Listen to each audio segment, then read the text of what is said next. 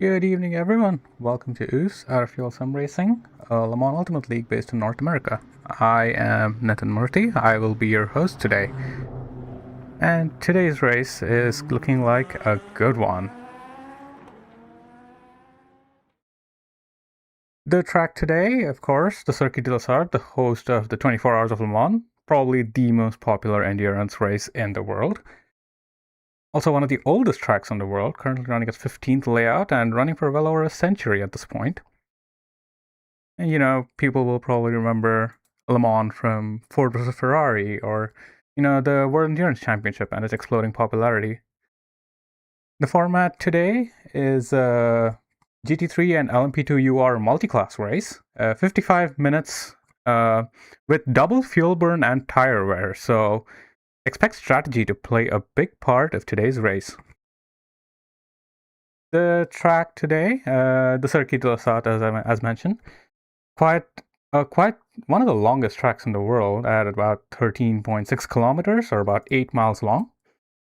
Going from the start finish at the bottom of your screen, you'll see we head immediately into the Dunlop chicane. One of the more memorable starting layouts for a circuit.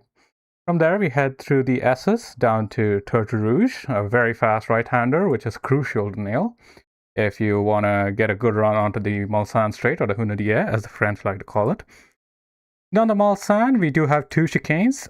We do not run the Mulsanne layout, which has just a long straight all the way.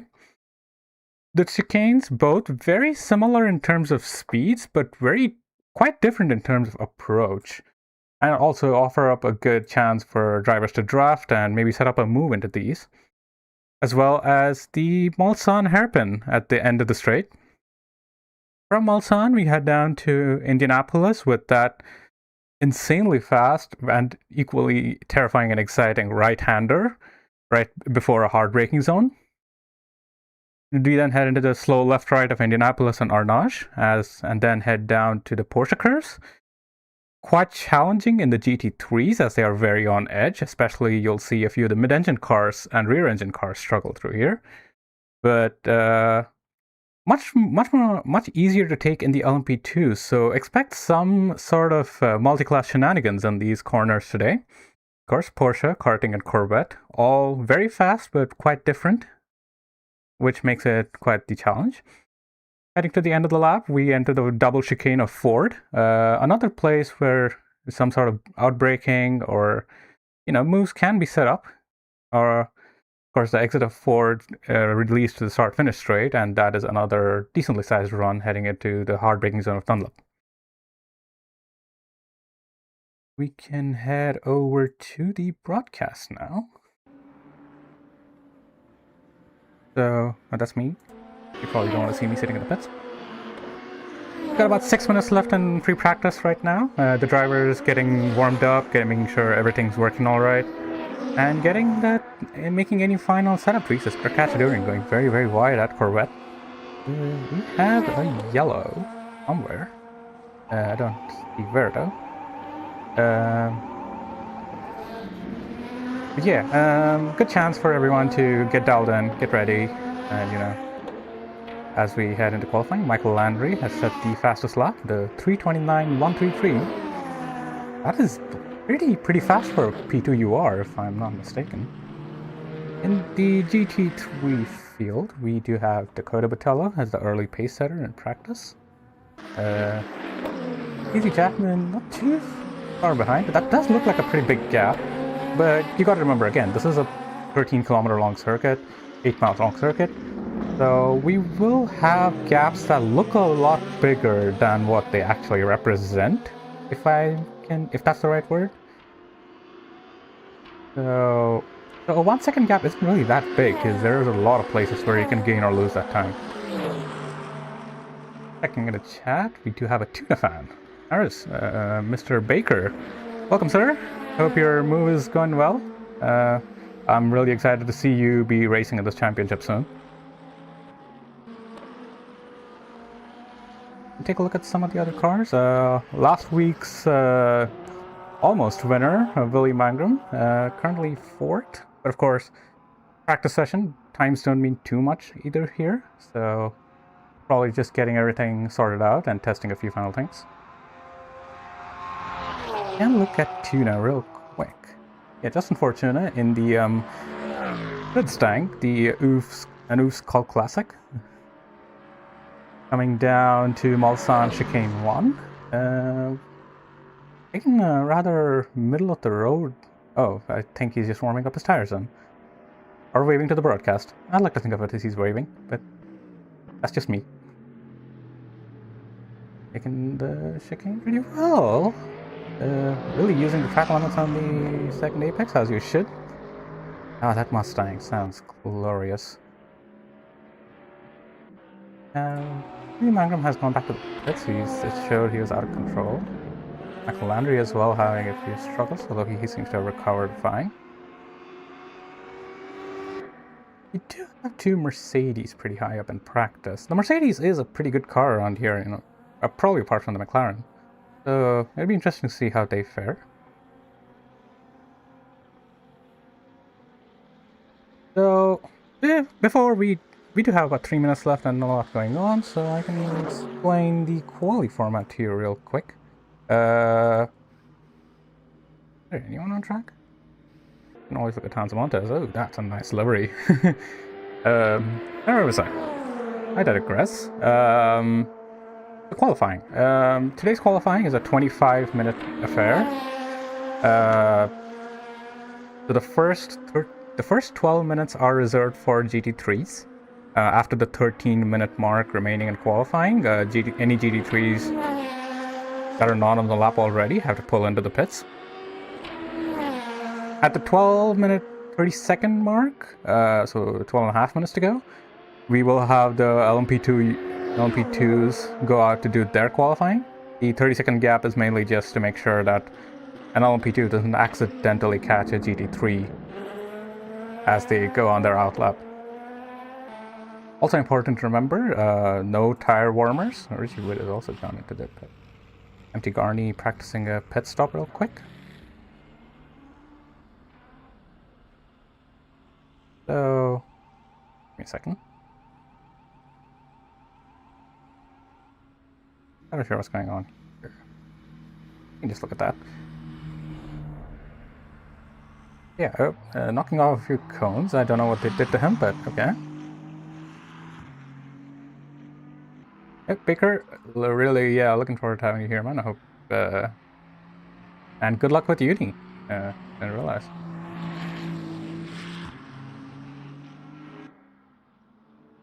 So, minute 26 to go. Not a lot going on as drivers have more or less figured out what they want to do. So I'm just going to put up the pepperoni livery. Because why not? Hans Montes going through the Porsche curves, and you can see just how much grip these cars have. Those speeds in a GT3 and you are in the wall. Oh, going a little wide, go through Corvette, having to lift, so probably avoid the track limit. Let's see if he has done a good enough job as he heads into the Ford chicane.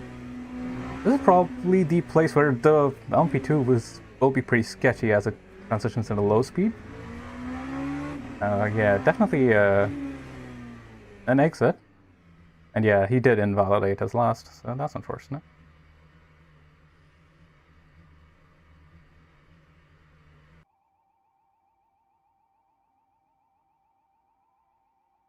With practice kind of winding down, I guess we can do a little bit of quite shameless self-promotion.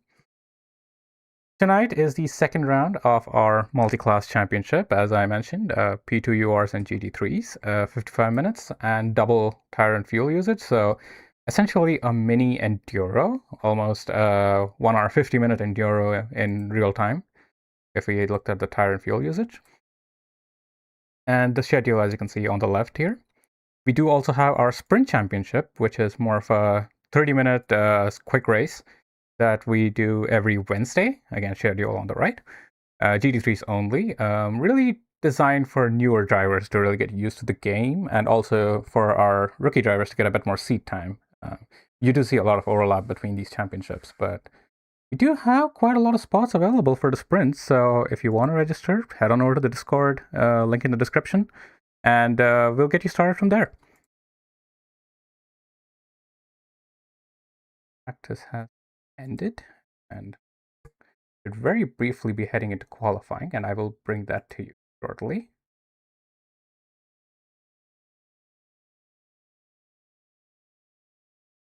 Well done. Go grab a snack, grab a drink, whatever your enjoyment of choices. And I will see you in a moment's time.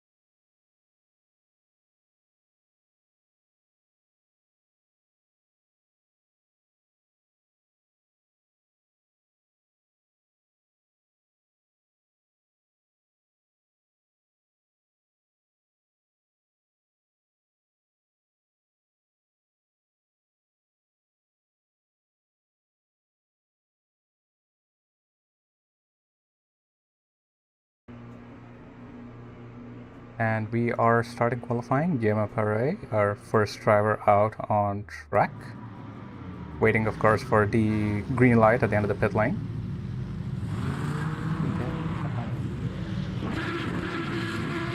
You can see one of the Lamborghini revving, and green light is on at the end of the pit lane, and we are go for quali. No tire warmers in qualifying, so our drivers will need some time to... We'll need at least a lap to get those tires in the operating window. Temperature right now is showing about 22 degrees ambient, 37 tracks, so those tires will be at around 22 to 25 Celsius at start, and our tires will need to get down to at least 70 degrees to get them in a state where you can actually lean on them and push. First, with 12 minutes, we have time for about 3 laps. So, of course, really important that our GT3s get as many laps as they can. Richie Wood is our last GT3, going a little slowly out of the pit lane. Russ McLean, I'm not sure if he is attending today's race, but he is still in the pits. We'll monitor that as it goes on. So, other than that, I think pretty much everyone on track, as you'd expect.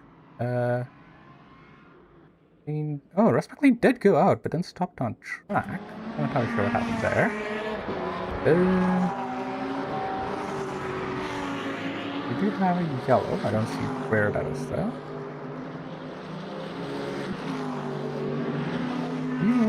Better little Ortiz or Elo. Occasional shortness. Quite close to JP in front in the M&M's Mercedes. Jesse's new livery. Oh yeah, good point. Where is Jesse Olsen? There he is. Jesse Olsen in the violently purple Porsche. Of course, our co-commentator from Wednesdays. Good to see him out on track.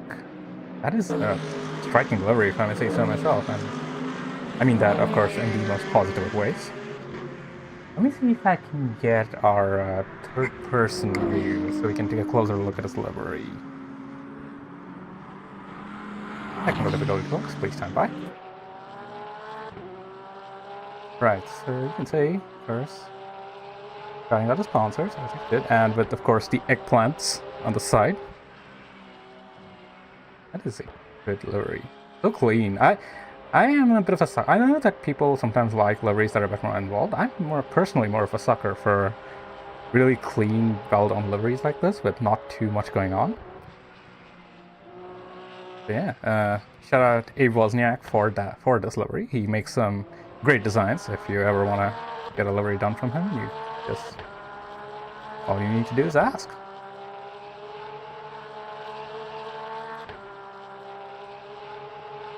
Let me get back to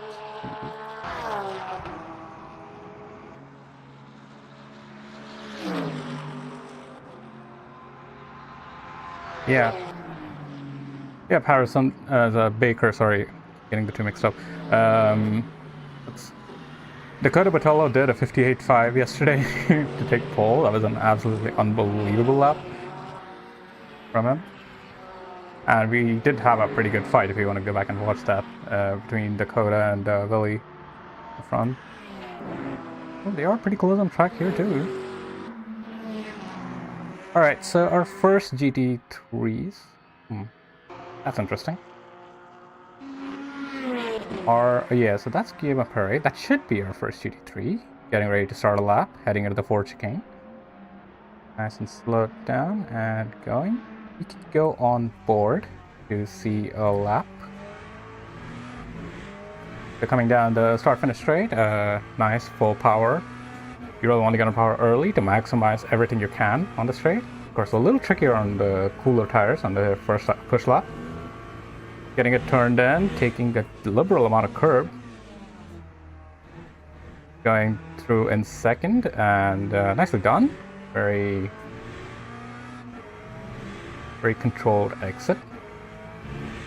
Touching the curves on the inside, really pushing here, Guillermo. A little out of the apex going through the S's, but that's okay. Nothing too major. As we head into Tortue Rouge, how much push are we gonna see? Pretty conservative, so guess he's still building up the high-speed confidence.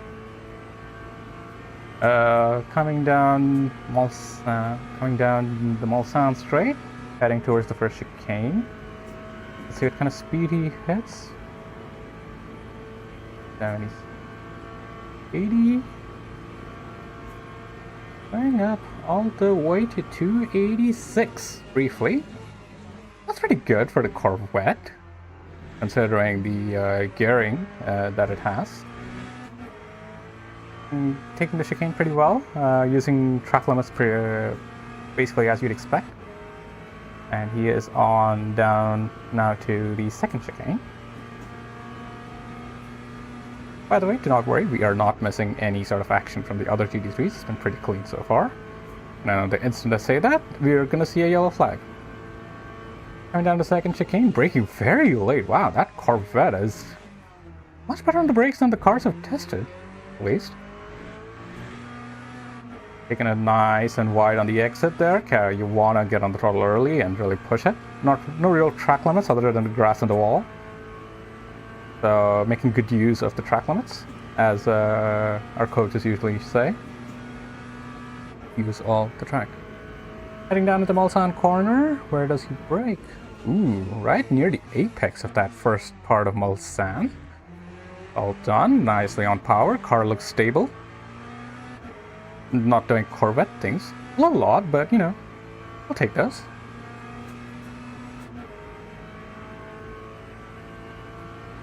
Heading down now towards Indianapolis, building up the speed, and you are about to see that really fast right-hander that I was talking about in the intro. Coming down here, gonna brake right at that green paint. Ooh, just a tiny dab, and managing to get it collected, but that looked pretty hairy, if I say so myself.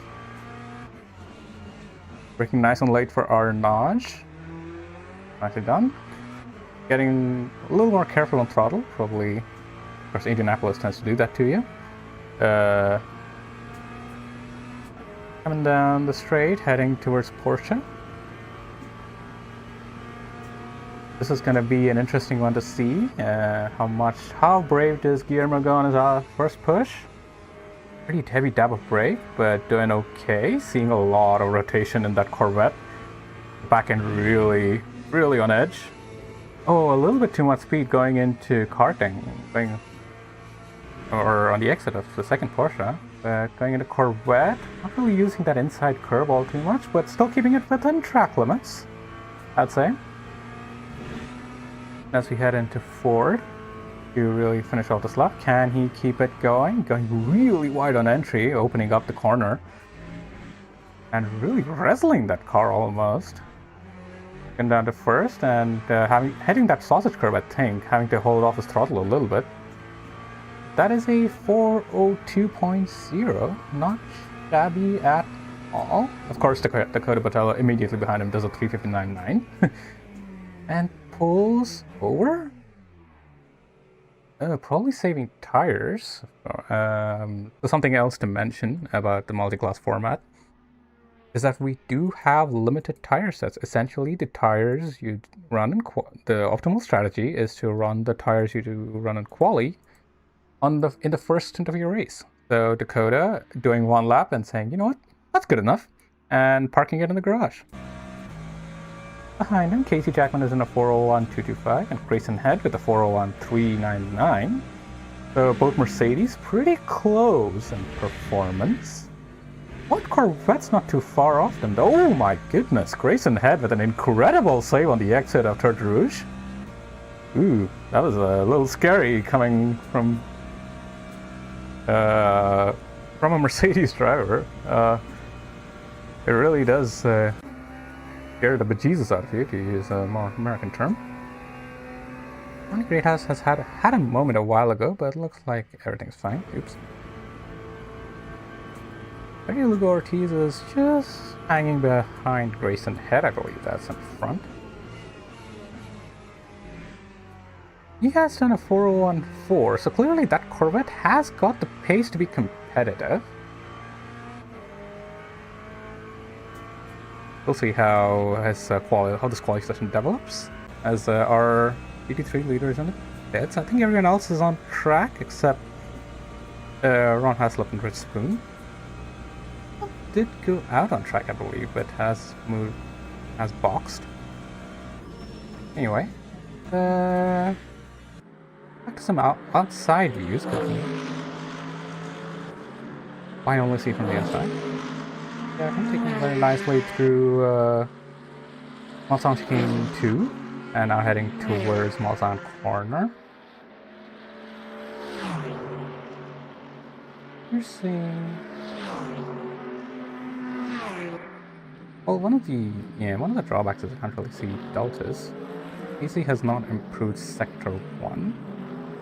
Yeah, Guillermo has seen an improvement in both Sector 1 and 2. Easy has a personal best Sector 2. Grayson has a PB Sector 1, but slightly slower in Sector 2. Edry Lugo Ortiz has an improvement in both. First, one person we have not talked about a lot, Willie Mangrum, has shuffled to the... Looks like he invalidated his first flyer, so hopefully he manages to get a lap in now, because we are... Oh, I hear a crash. Who was that? That's... was that Miller? No. He is on board. I'm not sure what that was, but... Anyway, where was I? Yeah, Willie Mangrum. Currently sitting a couple of seconds behind that BMW. I believe that's Matthew Canelli. Of course, representing the other Canelli Brothers livery. The Stars and Stripes BMW with the little B2 stealth bomber on top.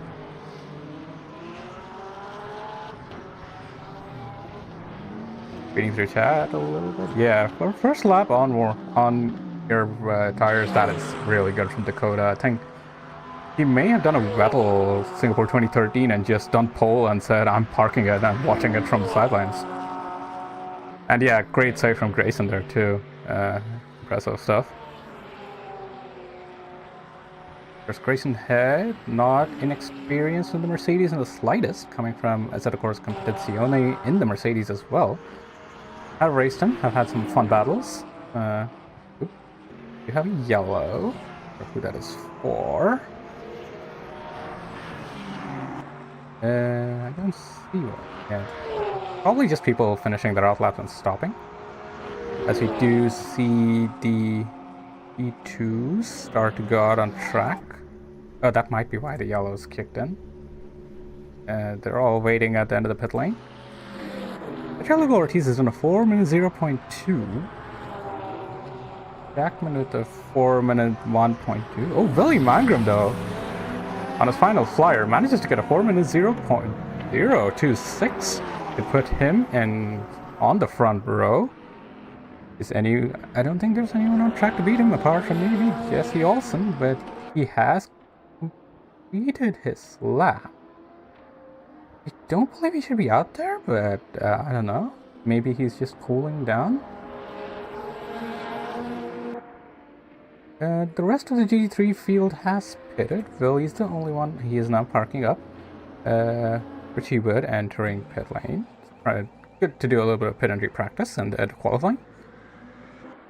So while we wait for our LMP2s to warm up their tires on track, here's our GT3 field, Dakota Botello and Willie Mangrum on the front row in a repeat of yesterday's race. So it'll be interesting to see the rematch now that they've seen each other, raced each other for a solid, 20 minutes yesterday?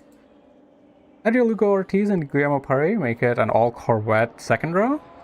And Casey Jackman and Grayson Head making an all-Mercedes third row. So really some manufacturer representation going on over here. Jesse Olsen has finally stopped on track. I think he has realized that the timer has gone. And him and Nick Johnson will be sharing row 4. Ross McLean, who I keep calling Russ, apologies. Ross McLean and Dave Pacanini taking up row 5. Matthew Canelli and Richie Wood taking up row 6. Justin Fortuna and JP, both in some iconic liveries, I should say, taking up row 7. Dustin Rand and Javier Tellez continuing our livery train on row 8. MT Garney qualifies 17th, but he has, I believe, a drive-through penalty from last race that he has to serve on the start. So he will be starting he will be serving that drive-through, I believe, lap 1. Parker Thomas in chat with saying the best quality of his life down in P21. Gonna go ahead and assume that's sarcasm, Parker. MT Garney is gonna be doing a drive-through, so effectively Donnie Greathouse and David Carter on row 9. Donnie Greathouse, of course, our reserve driver, who has been promoted today thanks to Le Mans having the capacity to host every single one of our reserves. So, if you want to make it to one of these races, there's still chances for you. Carson Miller and Parker Thomas will make up row 10, and I believe that is the back of the grid with Hess, unless Ron Heslop also makes a start, so that he would be the sole car on row 11.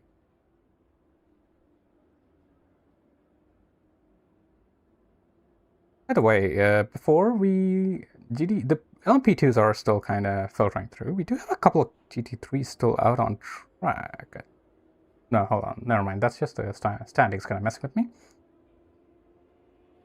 Eight Sides is in the pits. Michael Landry is coming up with the 4 chicanes to start a lap. So we will reflect on the qualifying times in a little bit, but I just want to quickly shout out. The times in quali today are looking very, very competitive, so we should see a very interesting race, especially with how the strategy plays out. But without further ado, let's go on board with Michael Landry for a lap of Le Mans. Flat, easy flat through first corner to turn 1, but locking up the front right a little bit, going into the Dunlop chicane, but managing to recover it well. Going through the S's and coming up to the end of the said S's. Downshifting to third. Again, a little wide of the apex here, so tires clearly not quite up to temperature by the end of the lap. Going through Turtle Rouge, a pretty heavy lift, but no brake. The P2, of course, taking the corner very well. Upshifting to 6th gear. I believe the P2s have 6 or 7. I keep forgetting.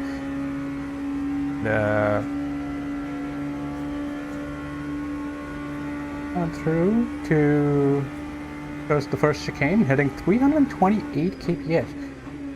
That is quite some speed, carrying a good amount of speed through the first chicane. It looked like he was going to lose it for a second there, but managing to control it well. Yeah, those top speeds are very comparable to hypercars around here. Of course, the LMP2 URs are effectively very similar to the hypercars, thanks to the performance restrictions put on LMP2s in the WEC. You kind of balance out those classes. But coming into the second chicane, and I'm just avoiding those curbs. Wise choice. Those curbs are nasty, especially with the drop off they have on the inside. Pretty good job so far, Michael Landry. One of the fastest drivers I know.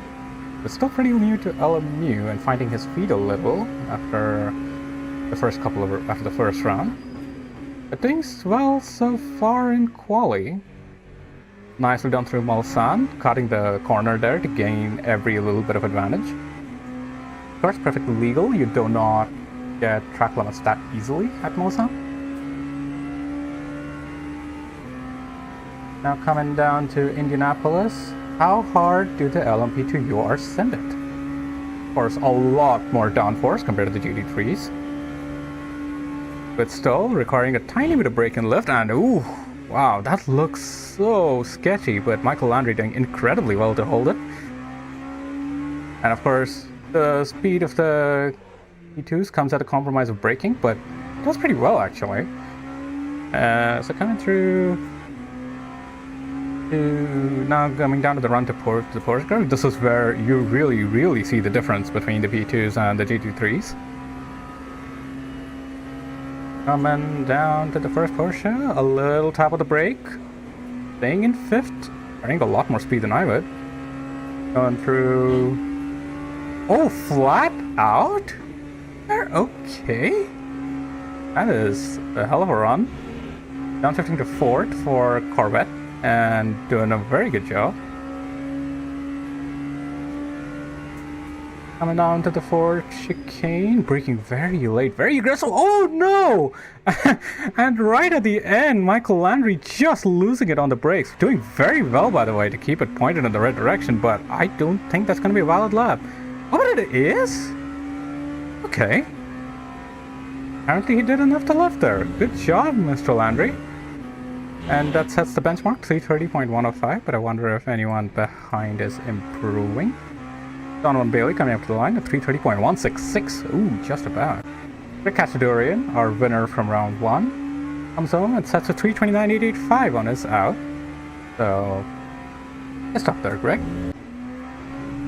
James Rubio coming across, getting a 333.472. I am gonna switch back to third person. Ryan Balloon, 334.0, so probably still warming up. Chris McLennan with 335.9, so probably the same. Ryan Crane, 333.3. Hans Pepperoni Montes with 345.341. Okay.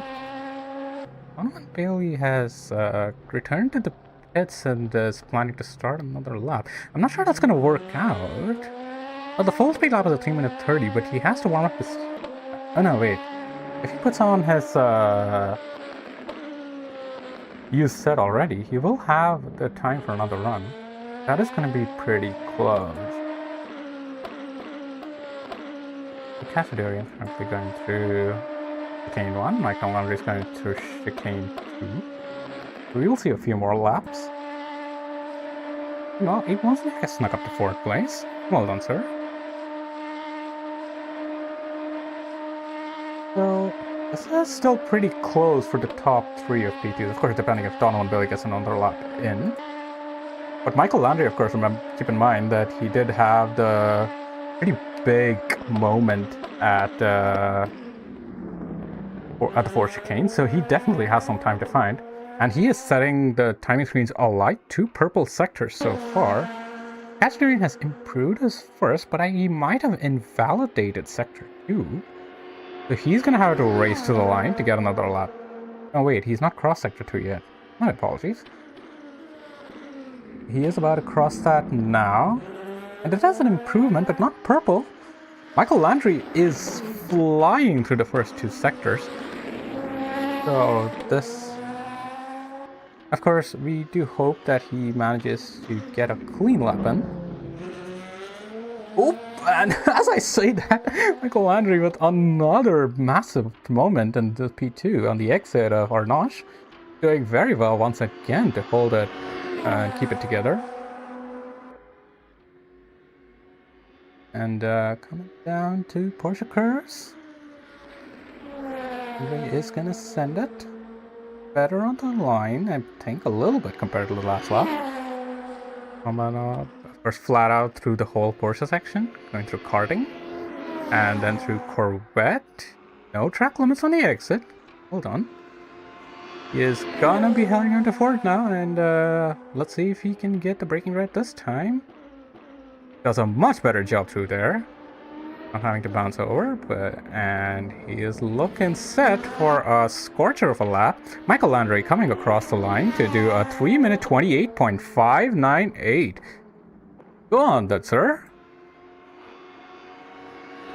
For Casadorian coming across to the line, I believe Michael Landry has stopped, so that's his qualifying done. And Greg Casadorian didn't do anything to respond in this quali session though. 329.8 in the last lap has shown some improvement, but no, comes across for a 328.827, so 3 tenths off. That's not too bad. That's very, very close in terms of pace. Let's see, come back. Who else do we have completing a lap? Oh, we do have a couple of new first lap. Ryan Balloon with 331.0, James Rubio with a 332.3, although Balloon has immediately stopped or gone wide. I'm not sure which. But he is going to stop, and that is going to be his qualifying done.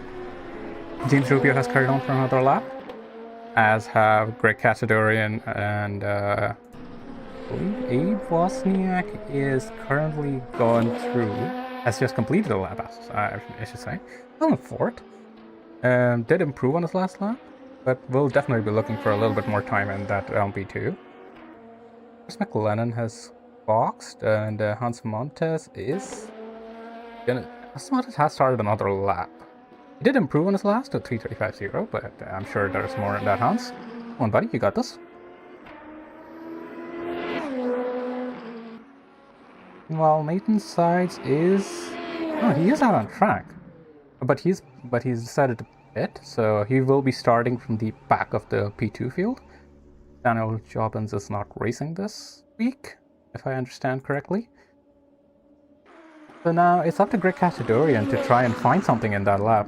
His first sector is a green sector, but not purple. So definitely gonna have to find something there. So I think, well, Landry sectors are unloaded, but I think he's about a few tenths off at least. James Rubio, I believe, is the next car on track. Yeah, that's P6. James Rubio and Abe Wozniak are right behind Greg, or right behind Greg. No. Both of them have found improvements in the first sector. And behind them, Brent Crane has... Hans Montes has not found an improvement in the first sector, so... Gonna be looking for something in the middle and end of this lap. Greg Casadorian is just about coming up to Mulsanne, so we should see... No, he's across Mulsanne, my apologies. He's at Indianapolis. He has not found an improvement in the middle, so... We will see how the pace develops, how this lap ends. But right now, it's looking like Michael Landry may have this pole position in the bag. And also, keep in mind, Michael Landry has done one fewer lap on these tires, so he will have a big tire wear advantage, actually, when you consider the 2X tire wear. So, it's pretty right now, unless Greg Casadorian, of course, pulls something out of the bag for the final sector. James Rubio has found an improvement in Sector 2, as Abe Wozniak has improved but then pulled into the pits. Looks like he had an out-of-control moment. Who else is out on... So that means that Greg is one of the only contender, I think, left to take pole. He is going to the Ford chicanes now. He got a little bit of curb and looking very squirrely on the exit, but has he managed to improve? Oh, he gets pole! The 328.591. Unbelievable. Greg Casadorian finding something in that final sector to take pole position. Brilliant stuff. Well done, Greg. Happy to see that for you, buddy. Donovan Bailey and who's the other one? think Hans Montes are the only ones left out on track. Hans Montes has not found an improvement in Sector 2, but hopefully he can find something here. Coming up into the 4 chicanes, Hans Montes is going to come up to the line, and it's going to be a 3:33.4. Okay, finding something in the final sector as well. Donovan Bailey is going to cross the line. He's going to do a 3:28.7, so really not very far off our top 2. So, folks, that's a wrap on qualifying, and looking incredibly close between our contenders. So, to recap our order, Greg Katchadorian pulling a Max Verstappen and getting an insane final sector to take pole. Michael Landry in second, very, very close on pace, only 7/1000ths off after an 8-mile circuit. Insanely close between these two. Donovan Bailey in third, not too far off himself, just a couple tenths, just less than 2 tenths off actually. Abe Wozniak in fourth at a 3:30.9. Ryan Balloon about a tenth behind him at a 3:31.0. James Rubio in sixth place with a 3:32.0. Brian Crane pretty close to James over here with a 3:32.4. Hans Montes with a 3:33.4 in eighth place. And Chris McLennan in ninth with 3:34.1. Nate Size not setting a lap in quali, will be starting from the back of the P2 grid. And folks, that's a wrap on quali. Some insanely close times today. And I am really, really excited to see what this race brings with it. So before I go off and let everyone line up, once again, a little bit of shameless promotion. Today is the second round of our Multiclass Championship, as you can see on the left. As it says, LMP2 UR and LMGT3 Multiclass. Double tire and fuel usage and a 55-minute race means that we can see a lot of strategic variation. It's essentially a mini endurance race. And the schedule, as you see on the left, Le Mans in the second round. And we have all our rounds coming up, all of which are some pretty good tracks, if I may say so myself. We also have a more rookie-oriented sprint championship, which is just GT3s only, with no strategy really required. It's a one-stint sprint all the way from lights to flag, 30 minutes, and normal tire and fuel usage. So please do consider joining our championship. A link to the Discord is below. We highly recommend joining that there and getting started. And with that, I am gonna let our drivers warm up and stay with us, please.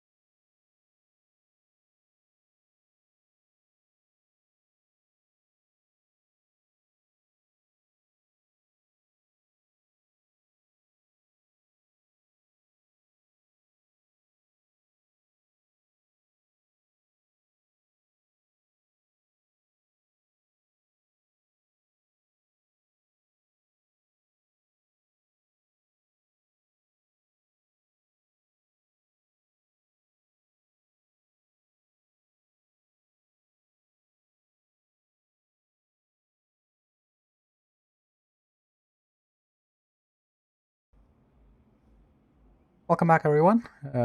Formation lab has started. Yep, as Eduardo Freitas jump scare as usual. We are seeing the cars get ready to take on this 55-minute endurance. Greg Katchadorian on pole for the P2s. Michael Landry in second, but has a slight tire advantage, so it'll be interesting to see how that plays out. Get stuff going. So you can see a little bit more this week. Further back in the GT3 field, can you come back a little bit? Dakota Botello on pole with a blistering one and done lap.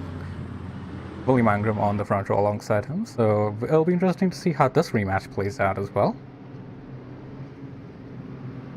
Yeah, we got another Willie fan today. Hello, Ninja Dre.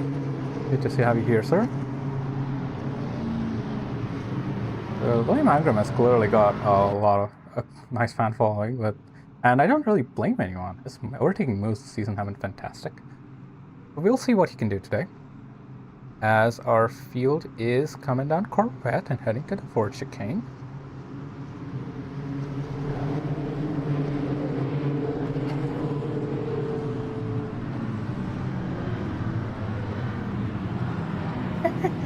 Only bust a wheelie when you win.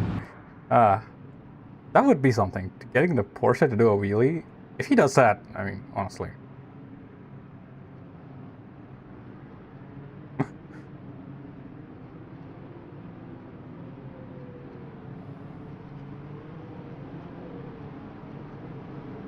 So our field is filtering through the Porsche chicane now.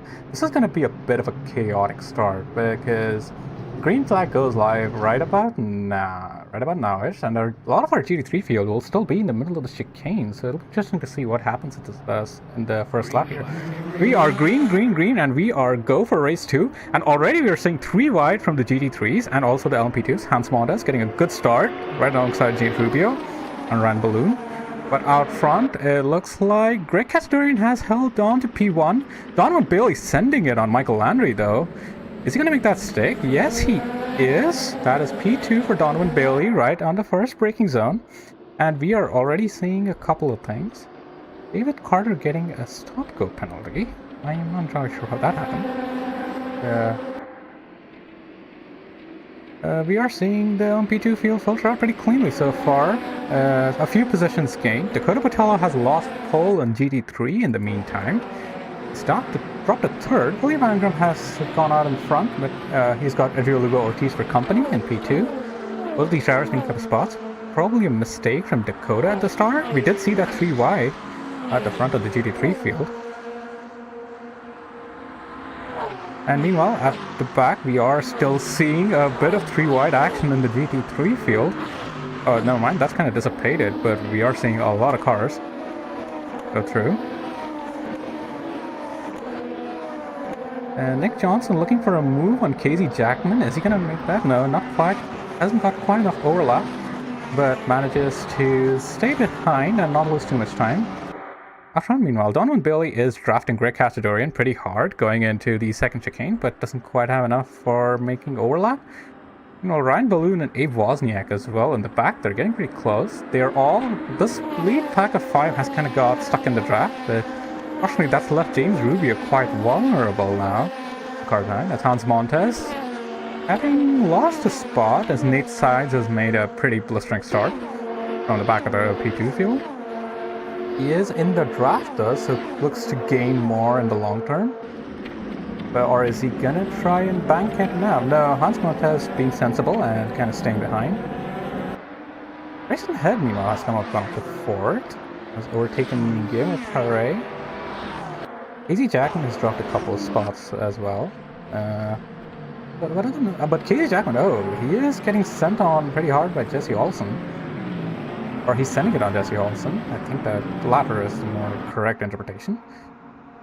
Yeah, managing to make it through. But Jesse Olsen still has the overlap, so if we can get into the cockpit and see.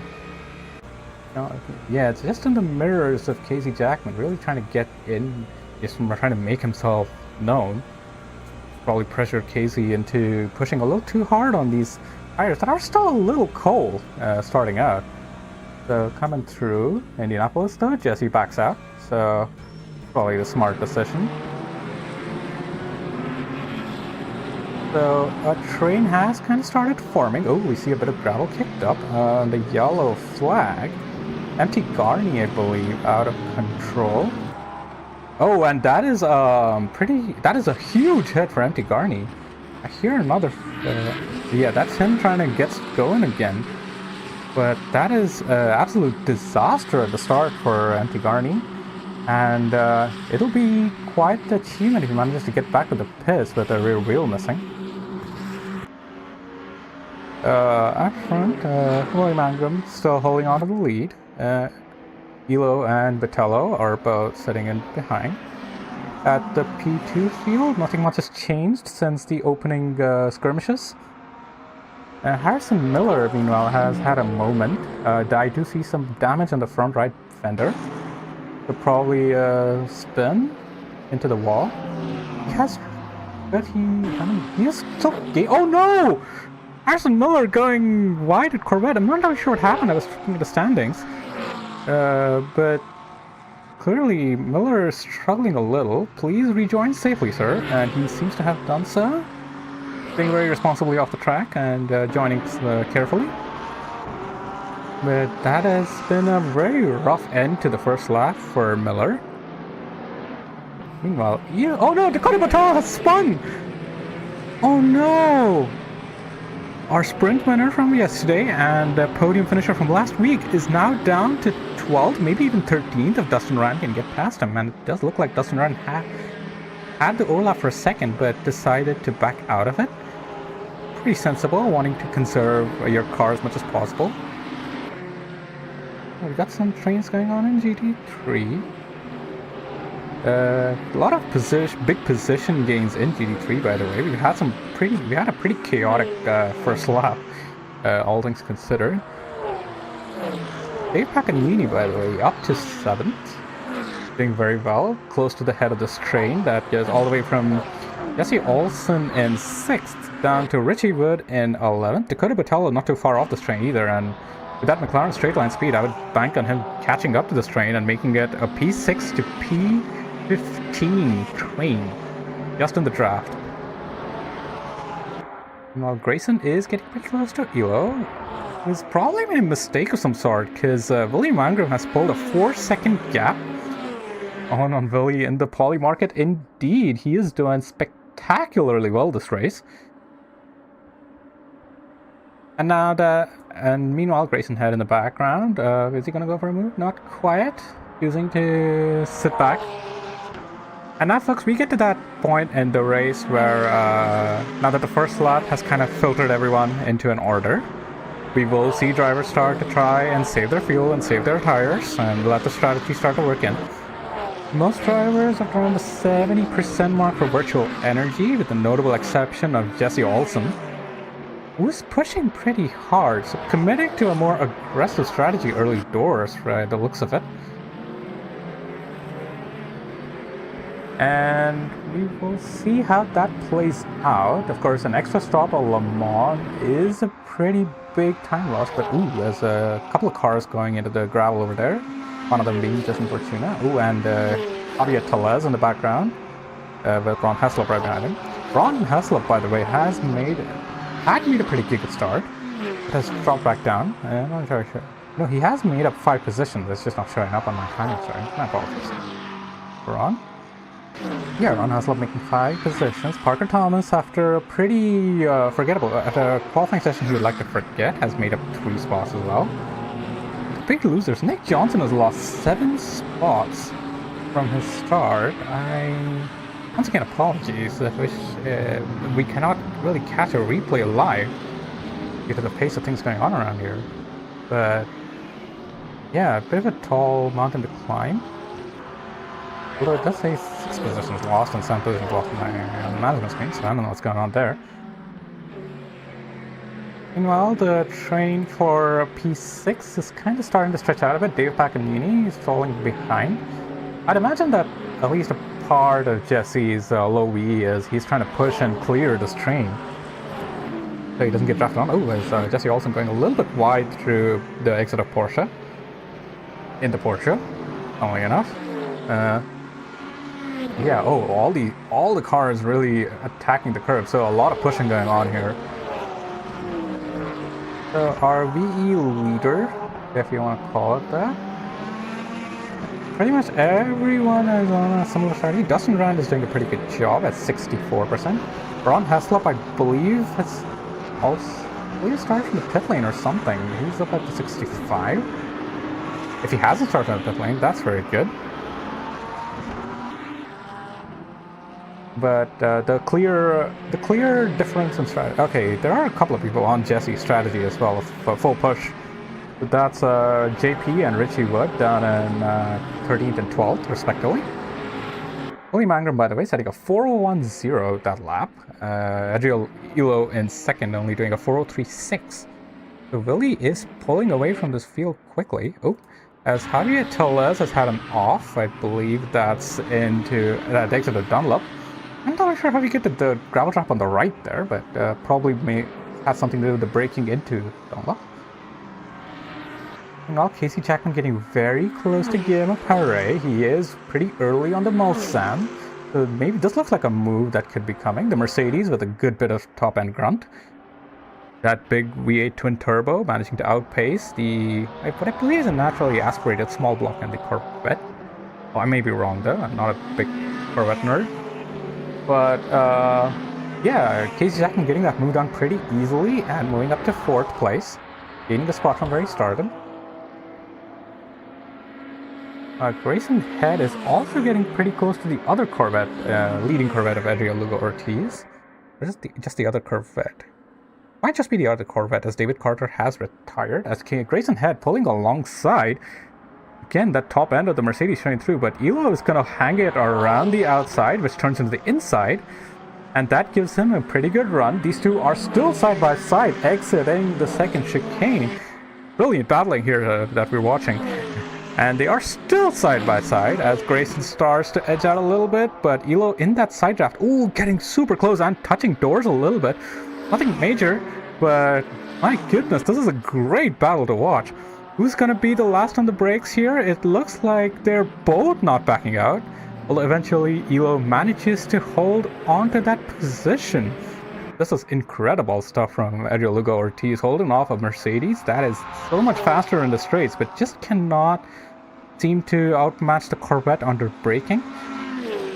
But we will see how this plays out going into Indianapolis, as Grayson does seem to have the overlap and does seem to be ahead. Can Elo make use of that draft though and try to stick it? No, Grayson shuts that possibility down, but Elo is still gonna outbrake him going into Indy. Fantastic racing between these two, somehow not making contact there in the braking zone. Doing very well, but Elo is not gonna go away anytime soon, so we'll stay tuned to see how this battle develops. Yeah, Grayson is a hard racer, but a very clean racer, and he is gonna give it his all. Meanwhile, this train at the back, Jesse Olsen doing his best Fernando Alonso impression, and creating this nice long train all the way from P6 to P11. Dakota Patel has caught up, but doesn't seem to be able to make much inroads. He's got a Mustang and a BMW ahead, which are both pretty handy in the draft. And they both do have a pretty strong draft thanks to being in this train. Matthew Canoli, though, is starting to fall behind a little bit, so this may open up a possibility for Dakota Patel to start making up some positions. Oh, as Adriel Lugo Ortiz has gone off at, I believe that's Corvette. Oh no, the Corvette, ironically, the Corvette has gone off at Corvette. And he is going to drop all the way back from third, what is it, third? Yeah, third, all the way down to right in front of, or behind Dakota Botello in 11. So the high-speed corner is really catching out the GT3s as we sort of predicted in the opening to this race. So, yeah folks, a lot of action today. You have tuned in to a good stream today. Meanwhile, with all the carnage going on behind, Willie Mangrum has kind of built up a almost 7-second gap to P2, so still cruising out in front.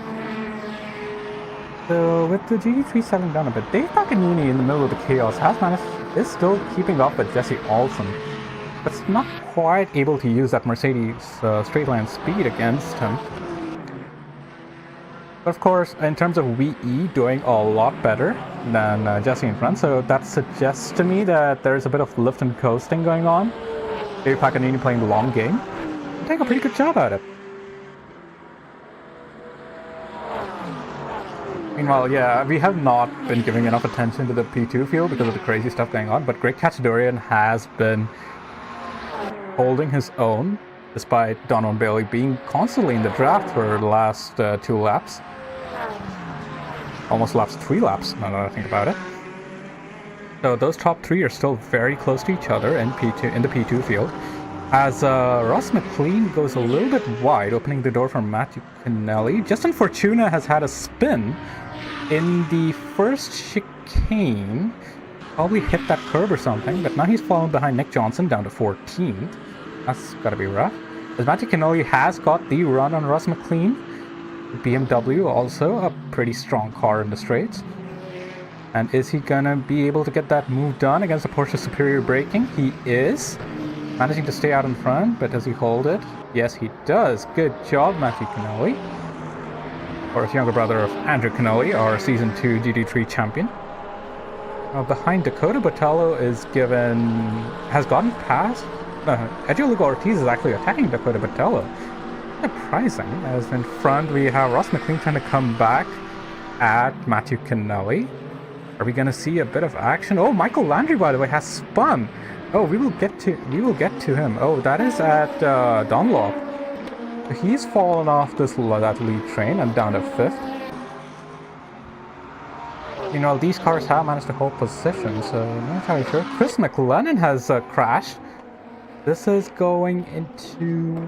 this is also at Dunlop, so the hard braking into Dunlop is catching out a few of the LMP2s.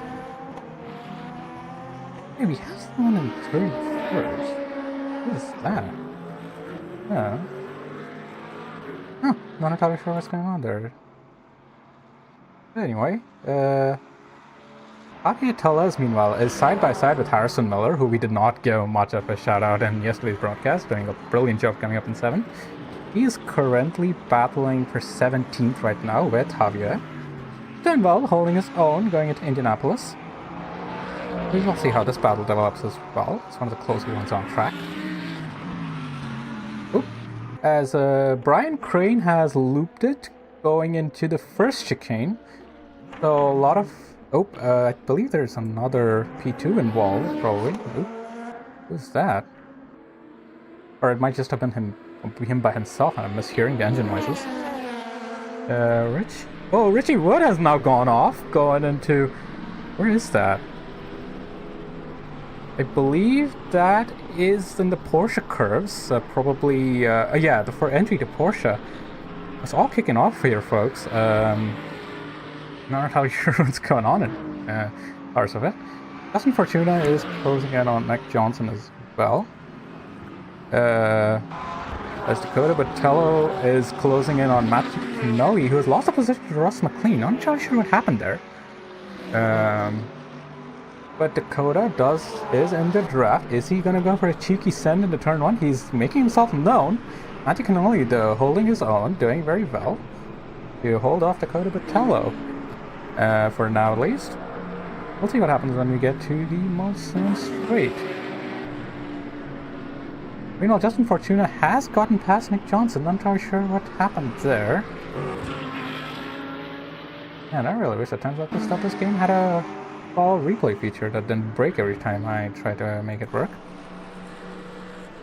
Out in front, William Ingram has pulled a almost 8-second gap now to Grayson Head. Ooh, as Nick Johnson has stopped at I think this is the exit of the end of the S's.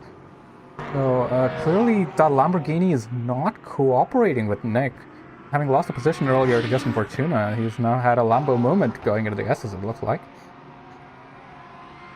Meanwhile, up on the Mulsanne, Dakota Botello has managed to draft his way past Matthew Kennelly and is now eyeing Ross McLean as he fights back from his spin at Dunlop on lap 2.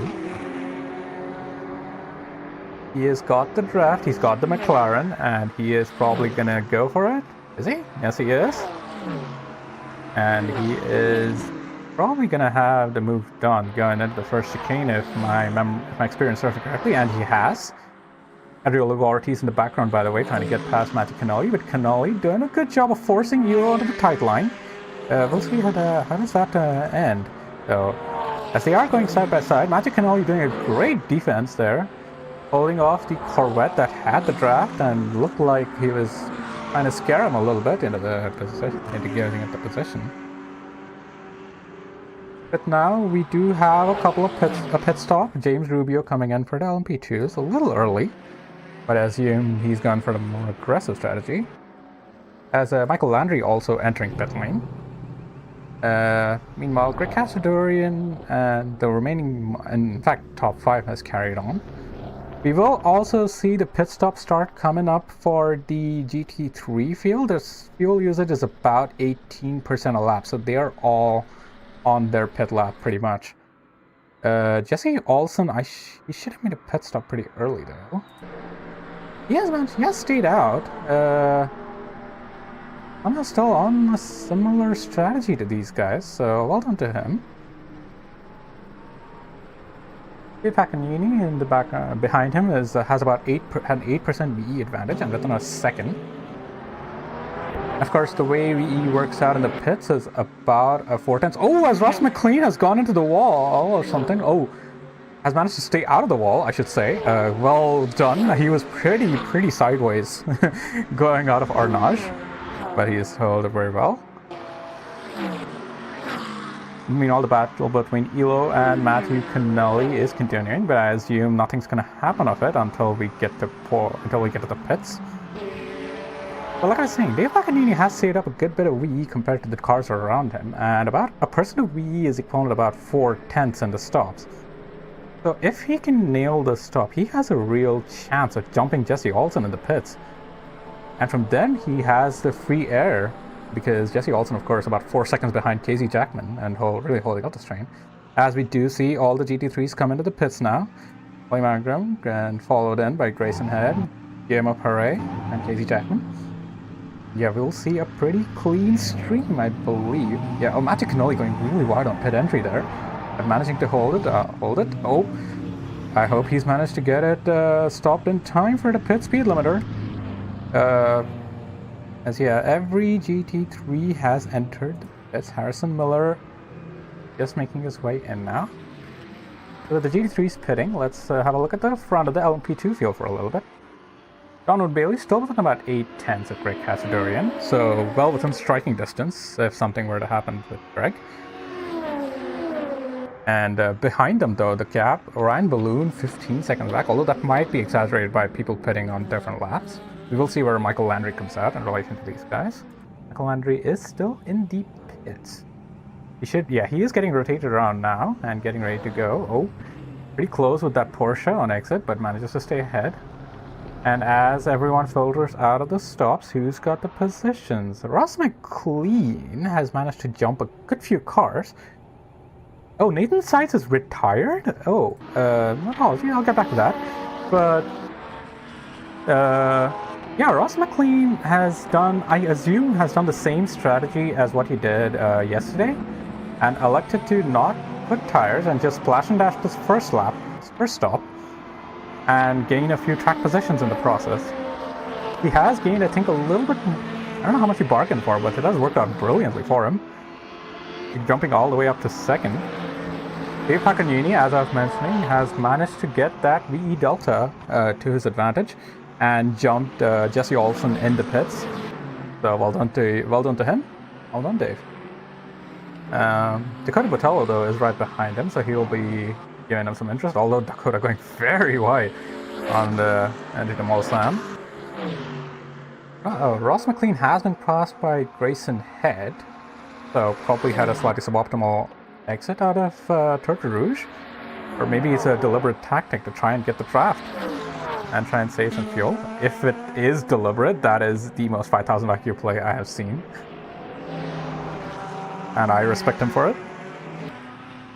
Dustin Rand and Nick Johnson, meanwhile, having a pretty close battle. Hans Fontes, he's in the pits. That might be why my pit indicator is going crazy. The gap indicator is going crazy. Michael Landry is going to get past Brian. Are you reading that right? No, never mind. I'm not entirely sure what that gap indicator was, but oh well. I managed to get past William Ingram, so probably just lapping the GT3s. That's what tripped me up. Oh, Donny Great has stopped on track and has pulled into the pits. Sergio Lugo Ortiz has a stop-go penalty. Oh, my apologies. I'm just catching up on this. And Elo has kind of slowed down a bit now. I think sensing that he might need a bit of... He's gonna have to serve that stop anyway, but that's a tough change of fortunes for Lugo Ortiz, who, keep in mind, was battling for a P2 just a couple laps earlier. So things can change very quickly in these races. Oh, Dave Pacanini going very wide, exiting Arnage. That gives Dakota Botello a bit of momentum going out of the corner. And it does look like Dakota is alongside. They are gonna go side by side. We can go in the third person to really see this develop. Oh no, sorry, not Arnage, Mulsanne, my apologies. They are heading now to Indianapolis. But that Mercedes is kind of holding its own, but of course the Mercedes 6th gear kicks in, and that's probably move done. Dave Pacanini sensibly backing out, not wanting to make it too wide through the kink before Indy. But also, yeah, a couple of casualties in the pit stop phase. Nathan Sides, well, Nathan Sides doesn't appear to be pit stop related. He just seems to have had a spin and chosen to retire. But that's got to be a rough race for him as well. Pacanini is now firmly in the draft. Gabo B. Dykul indeed. And he is probably just going to use this now, lifting now to save a bit of VE. Been doing very well with that this race so far, so we'll see how that develops. Ron Heslop and Parker Thomas, by the way, have managed to gain 10 well, I don't know why my displays are acting weird, but 7 positions according to the display on screen from where they started, so doing very well to take advantage in terms of strategy. Richie Wood has had to pit early, I guess, because he's pretty far down on VE. Everyone, excuse me. Ross McLean still hanging out in the draft of Grayson Head, by the way, and he's going to be trying to extend that VE as far as possible. I believe he was on 60 when he exited the pits, 6-0. So he has used about a little over 17%. That is actually a pretty good fuel sale lap for 2x fuel usage. Oh, and JP has retired as well. Oh no. Quite a lot of cars dropping out after the first pit stops. Not entirely sure why. Oh, Javier Tellez is oh, Edgar Ortiz is pitting for his stop go. That might be what's triggering up my gap display. Harrison Miller sitting behind, and this little train for P12 at the moment. Ron Heslop doing pretty well to hold on. We see Harrison going to the break zone. These two ahead are getting pretty feisty though. The Porsche clearly... Ooh, it's Harrison with a big snap and a great save. Shout out to our favorite fake Australian, who is a big supporter of the Ohio Panthers apparently. And managing to navigate some LMP2 traffic, which is coming through now. So, oh, as the LMP2s get really held up by the G3s in front. The traffic coming into play here as Ron Heslop has lost the position to Javi Tellez. And he now looks like he's going to lose it to Harrison Miller as well.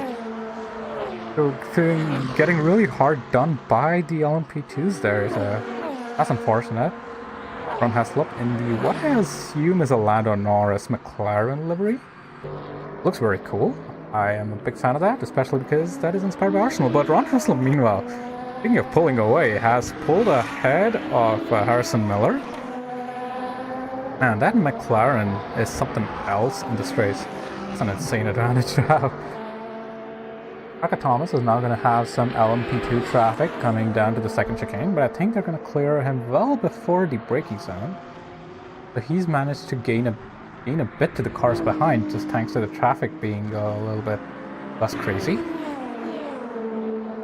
James Rubio is and Abe Wozniak, meanwhile, having a very nice battle in the P2s over here, navigating the GT3 traffic. Is Rubio going to send it? No. Thinks better of it. Stays behind Nick Johnson in the white single-street Lamborghini and going very wide, trying to... Probably didn't anticipate how slow that GT3 was going to be at the apex.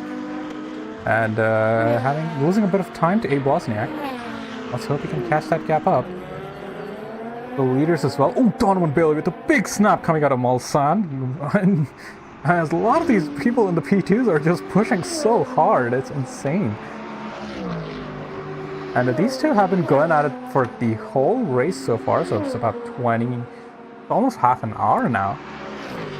Rick Cashdorian doing really well to hold his own, but Donald Bailey doing really well to stay in this battle as well. Although he is going to get quite held up by this Mustang of Justin Fortuna, the Sid Stang, as we call it. Is he going to try and send it going into Arnott? He is. He has got the overlap, but has got the brakes. Fortuna backing out very sensibly. Well done, sir. Well navigated. Using the trap, doing very well in the traffic. Ooh, and going into Indianapolis, Harrison Miller has managed to take advantage of Ron Heslop going very wide. Not sure if that was prototype influenced. I don't think that was. But managing to get ahead and in the 13th place. Harrison Miller making a great recovery drive along with some of these guys. Starting pretty far down, but managing to work their way up into the midfield. Where's Parker Thomas hanging out in P11. A bit of damage to that Lamborghini. Not sure where he could have got it from. As we see Abe Wozniak trying to navigate him into Porsche curves. Not sending it down the outside, thank you, Abe.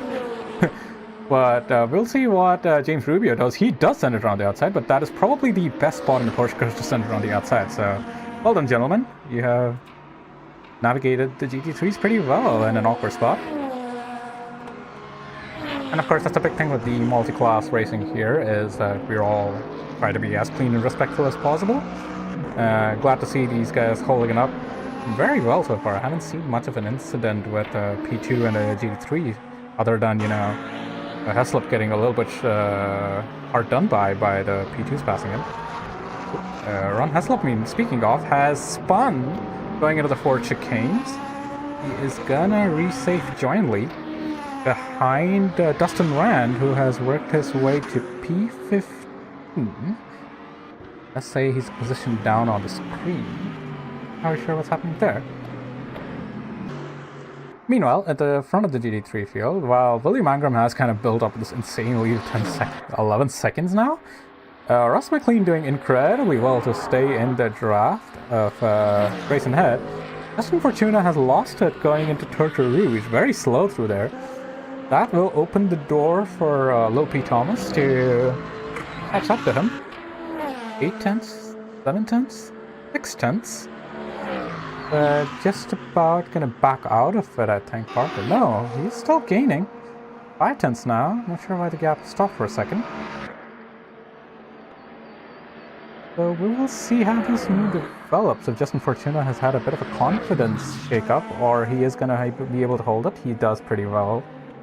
Hold it pretty well indeed. But coming up to the second chicane, we'll see how this battle develops. Meanwhile, behind these two, Harrison Miller and Javi Tella is not going at it.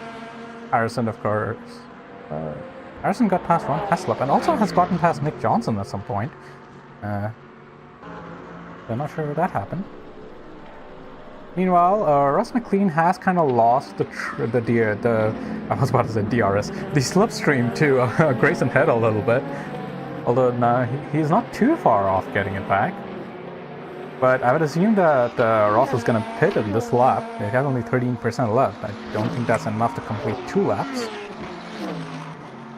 Guillermo Perret and Casey Jackman now kind of getting close to slipstream range, but I don't know if anything's going to happen here, because of course they probably know he's going to have to pit thanks to the WE indication.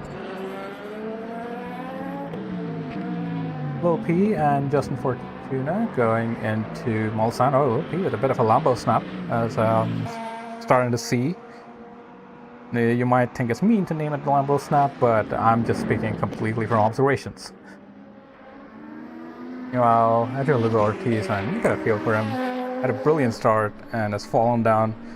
Okay, the display on the screen is definitely wrong. It's not 8 positions, it's about 15. Because he started in 3rd. So, that tells me a lot. Meanwhile, Javi Tellez and Harrison Miller going side by side. I think this is Indianapolis. And managing to get through. Oh, Greg Catch-Turner is DNF'd! What on earth? Don Bailey and Greg Catch showed both out of control. And oh no, the P2 leader has retired. And James Rubio has gotten ahead of all of them. What on earth is going on?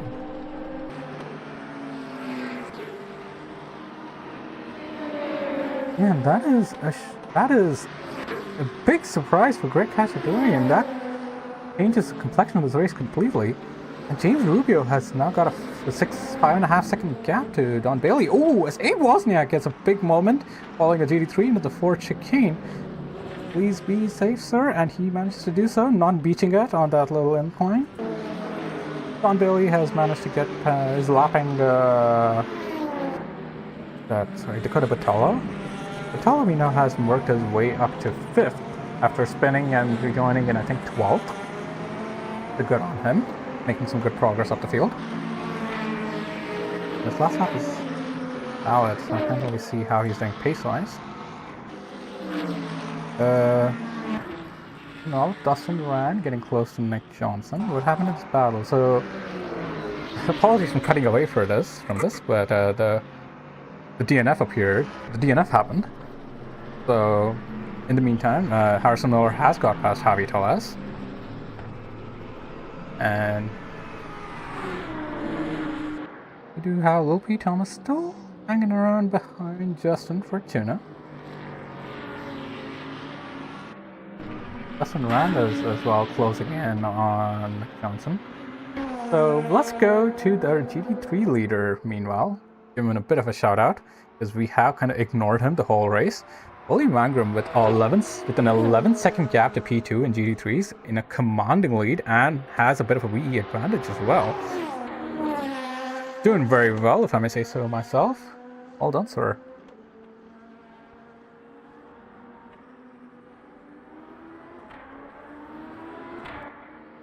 Let's go to here.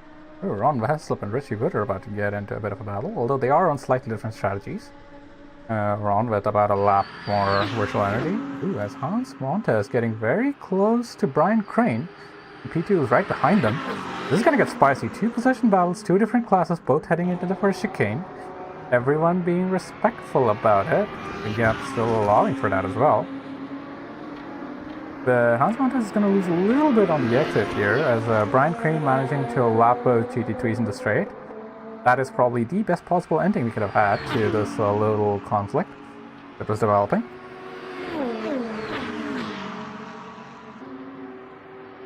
But now, going down to the second chicane, Hans Montez firmly in the draft. Yeah, firmly in the draft. And as long as he can hold it through the corners, should be getting close to Brian Crane soon enough. And meanwhile, up in front of them, we have another GT3 battle, Dustin Rand and Nick Johnson. Dustin still following Nick around a bit, maybe making use of the draft a little. We'll go on board and show you what it's like to be getting lapped around. So Dustin setting nicely in the draft as the LMP2s do come up. This is actually probably the best case scenario for you, because the LMP2's power advantage, getting them on the exit of a corner is very much to your advantage.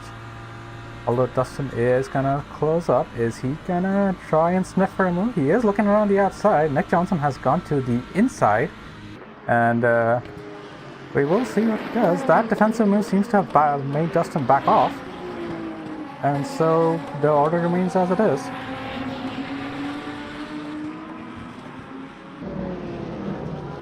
Oh, we had a bit of a gravel moment back there. I'm not sure who that was. So far doing well. Look at Dustin from behind, and you can see how this battle develops. But right now, not much. The gap does seem to have increased a bit. Now we can see Brian Crane and Hans Montez. These two guys are still going at it, just trying to get through the G3 field first before they actually have their battle. Although Brian has got a slightly better run, Hans Montez manages to make it work around Harrison Miller. And these two are probably going to be going at it until their next pit stop. Meanwhile, speaking of pit stops, do we have any other pits? Jesse Olsen has somehow managed to, I guess, map his way around the strategy. He is still He's about 2 seconds behind David Paganini, about 5 seconds, 30% down on VE, but that's a lot better than I was expecting. He is going to be losing a little bit of time to pit stops, but his next car for position is 6 seconds back, so I think he can take that hit. Oh, as both Jesse and Dave having moments simultaneously. Dave on the exit of the SS, while Jesse in the middle of them. Well held from both gentlemen, and we will see how this develops. Oh, Richie Wood has gone to the pits. I'm not sure what's... He's probably pulled into the wrong grid slot. That's a little bit unfortunate, but he's managed to make it work. So Richie, of course, on a bit of an alternate strategy. Bit early. You know, off in front, Yamapare has caught up to Grayson Head, so that Corvette showing some pace around here. Grayson has another lap of fuel VE if he chooses to go for it, as does William Ingram in front. Yamapare with a slight advantage, I think, from sitting in the draft a little bit, but now has gotten pretty close and can use some of the advantage if he chooses to try and get past Grayson. With about 15 minutes left in the race, after our second pit stop, we will likely see some battles. Dakota Botello, meanwhile, is not very far off this train. He is about 6 tenths behind Casey. He's about 1.3 seconds behind those two. So, just about 2 seconds behind in a very fast McLaren and doing some pretty fast laps. Although he hasn't validated the last couple. Oh, as Hooray getting a great run on Grayson Head and manages to get past. So, well done to him. Grayson still trying to use the draft a little. Guillermo using the one move to break it. Ooh, as Abe Wozniak has gone off, and Nick Johnson. Not entirely sure what happened there. We will get to that right after this, but yeah, Parade now under attack from Grayson, who had the draft but chooses to back out, turning into Indianapolis. The Parade is ahead, but I'm not sure you'd want to be there considering the strength of the draft. Oh, as Grayson, as these people definitely have a pit, they are not going to have enough energy to complete another lap. So, Jesse Olsen, I think, has managed to time this to perfection. He uses, as has Grayson Head. GMO saving a little bit more. And now is the time to use it, sir, if you have it saved up. Elo is catching up to Russ McLean. Oh, Greg. Man,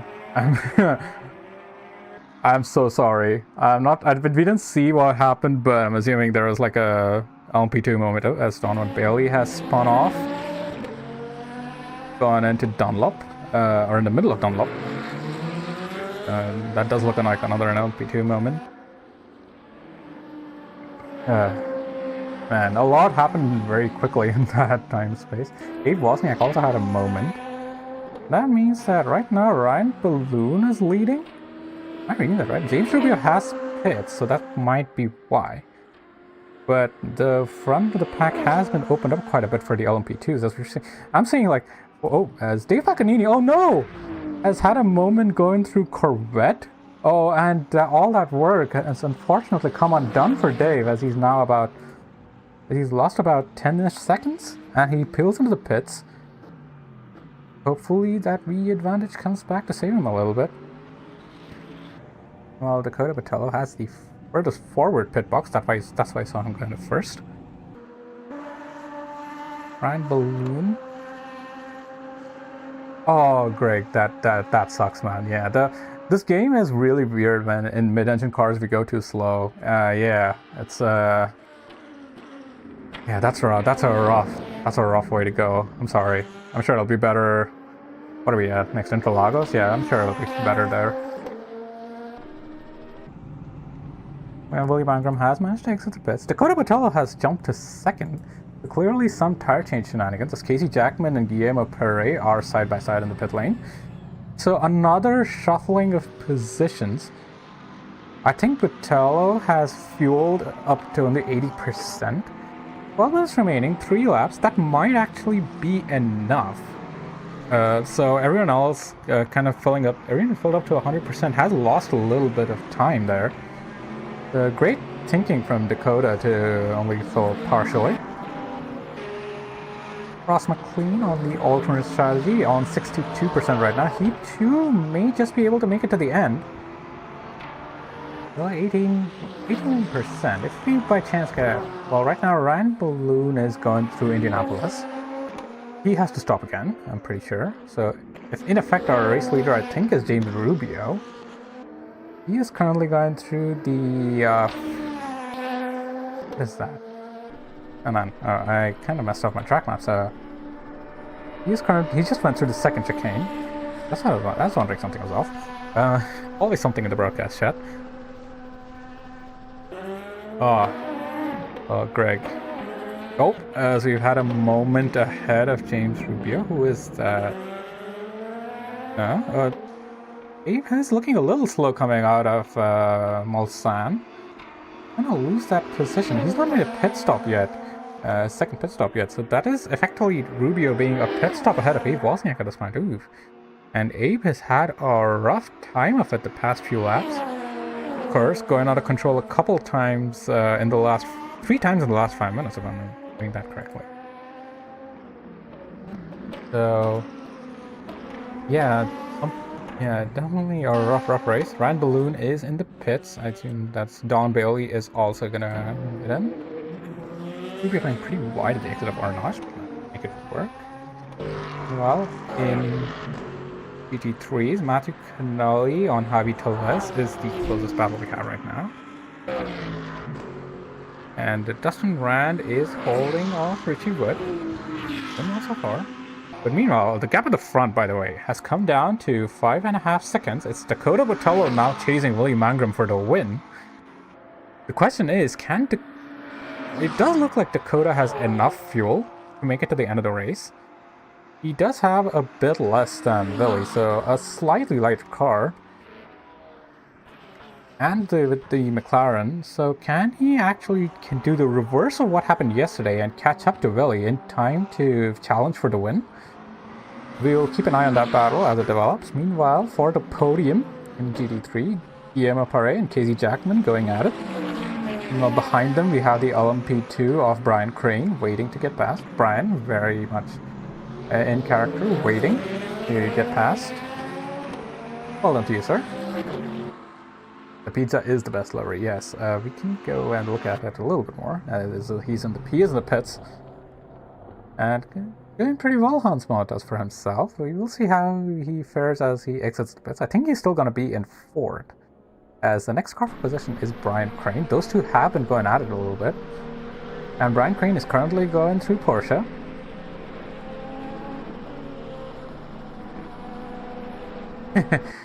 Greg, passing judgments is always the point of the Twitch chat, isn't it? Sorry, I'm just seeing that message now, but yes. Go nuts. Meanwhile, Richie and Dustin still battling pretty well. Richie is closing the gap slightly. Of course, both of these guys just pit on the last lap, so it's going to be hard to tell who's got the faster lap time. Such as the nature of Le Mans. And doing a 55-minute race of Le Mans, it's the number of these pit stops, it's kind of hard to tell the pace of people.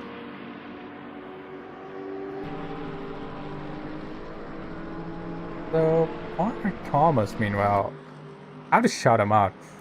I know the display says he's gained 6 positions, but I'm assuming that the display I have looking at here is a bit more accurate. He's gained 12 spots from his starting position. After, as we said earlier, a bit of a forgettable quali, doing incredibly well to climb up the order, and we hope that the commentator's curse doesn't hit him now that I mention him. Meanwhile, out front, Willie Mangrum is pulling away from Dakota Botello.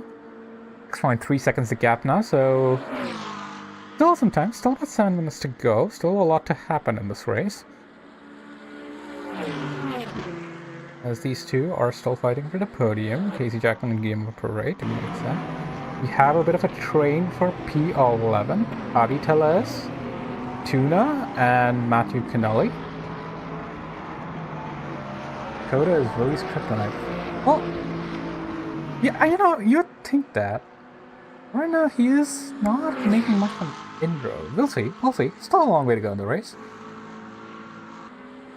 And all these two still going at it. Of course, now it's a dash to the end. I don't think any of these guys have to worry about VE anymore, so it's just like a sprint race all the way to the flag. So we'll see how the Corvette gets on in this little draft battle. Behind them, the order has spread out pretty well.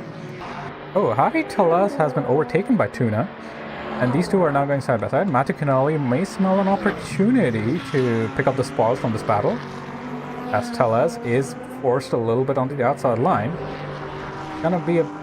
He does manage to pick it up for getting on throttle though, so Matthew Canali can't really make the move immediately.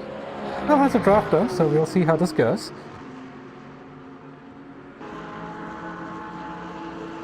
As Canali is closing in to Javier. But is he going to be close enough to make a move? I don't think so. We are entering the second chicane's braking zone. And yep, Javi Teles holding the position, but just about. Oh, Chris McLennan appears to have lost it. Ooh, rejoining the track a little bit. Oh, and then immediately spinning out again. That's James Rubio going lapping him actually. And we have more MP2s coming in, so please, Chris, keep it clean. Oh, really crabbing. He might have broken something on that car. Oh, that's that Dunlop, sorry. That was the fourth chicane. But Chris McLennan really just stopping the car, I believe, at this point. Yeah, he has parked it. By the way, can we please shout out James Rubio? The so-called Moist Master of OOFS for his Silverstone heroics last season is now proving he doesn't need the rain to make hay and is now making hay when the sun shines down in France. James Rubio is your P2 leader by a big 13 seconds from Lion Balloon and looking set for an incredible result. Of course, that is also my way of looking at how many laps we may have left. James Rubio going to the first chicane. So he probably has another lap after this. So that would mean that our G3 field here is also going to follow. Willie Mangum just crossing the line. He probably has 2 more laps to go. Dakota Botello about 5.8 seconds behind. The gap has stayed pretty constant this lap. Boden, Billy with the 401.6, Dakota with the 401.9. So, again, we will keep an eye on how this develops. Meanwhile, Richie Wood has got a big run on Ron Heslop. Ron Heslop must have had an issue, as he's gotten past pretty easily. Although Richie is going to be pretty tight on VE if he's got 2 more laps to go. He is coming up, going through karting and Corvette right now, so he definitely has 2 more laps to go. He's not going to get lapped in time. OOFS Abe Wozniak has lost it. And that is, I think, going into Dunlop again. Dunlop claiming yet another victim as Michael Landry manages to sneak past. Up into 6th after his own spin. And so we do actually have a... Wait, no, who's that in front? Oh, that's the Porsche of Jesse Olsen. My apologies. By the way, Dave Paganini is coming... I promise it's about 6 seconds after, so nothing doing there. Oh, Dustin Rand getting close. Nick Johnson was chasing him for a little bit, but that battle seems to have ended. Or was that Richie Wood? I really can't tell the line of regions apart for once. Despite the brilliantly vibrant color schemes. I don't know, that might be the Jameson kicking in.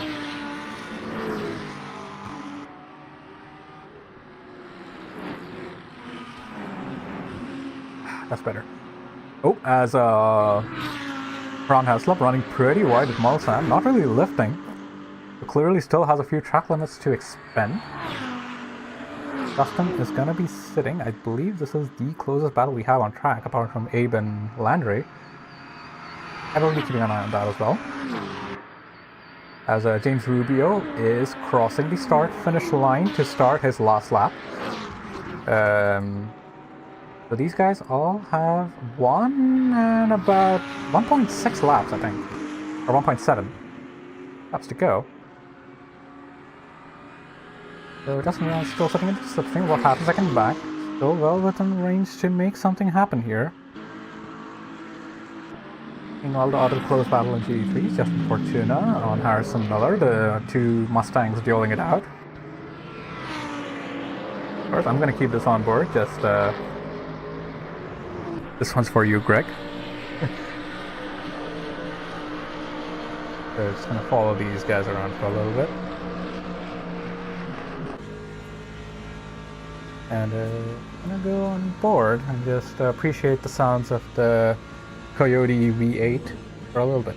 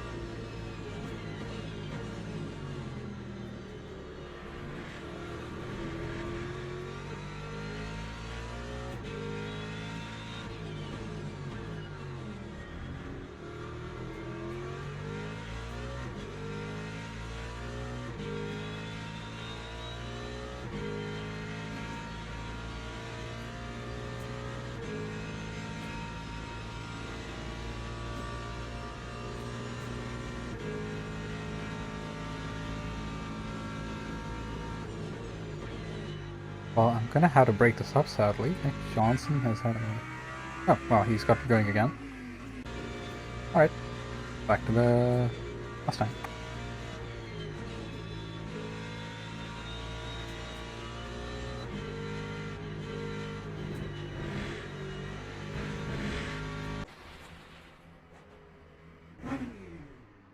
Oh, and Abe Wozniak has found the wall. I believe that's in the S's in the first sector. Ooh, I think his rear tire's in favor, by the way. Good. Well, I mean, that pretty much wraps up Abe's race. Hopefully, yeah, just keep in mind those rear tires, Abe. That's gonna be a bit rough. I think to make it through 30 routes, no problem, so clearly very mindful. Condition of his tires. Yeah, Greg, I just thought about that. I was like, you know what, why not? Oh, Nick Johnson has retired. Oh no. Right at the end too. What on earth happened to Nick? Oof. Unfortunate retirement, as Tuna has gone off at Dunlop and lost a couple of positions. I think that was... lost it to Javi Tellez and Matthew Canelli. So, a bit of an oopsie. Yeah, a lot of things kicking off in the last lap. Abe Wozniak has gone wide at Daytona. Wait a minute, that's the wrong track. That's the first chicane. Anyway.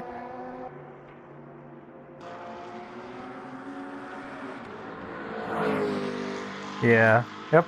Oh yeah, and yeah, of course, Pat pointing it out, William Ingram has managed to hold on. Incredible stuff from him. Wow. And oh, as I completely missed it, James Rubio has crossed the checkered flag and has taken the win for race 2 of season 3. My apologies, James, but incredibly well done. Ryan Balloon has gone across the line to take second place. Donovan Bailey finishing in third. So well done to our podium setters in LMP2. Meanwhile, Hans Montes is going to go through the 4 chicanes to finish a very, very impressive 4th. So, good job for the 345 car. I did see you guys in the chat. So, the pizza car has managed to cling on to 4th place. So, well done to Hans. Meanwhile, William Ingram just going through Arnage, our G3 leaders to cross the line. Brand Crane has crossed the checkered flag as well. So the last LMP2s crossing the line are Michael Landry and Abe Wozniak. Landry just going through karting. He's going to be our next guy to cross the line. Nice, thanks. Yeah, my track map is all messed up, but anyway.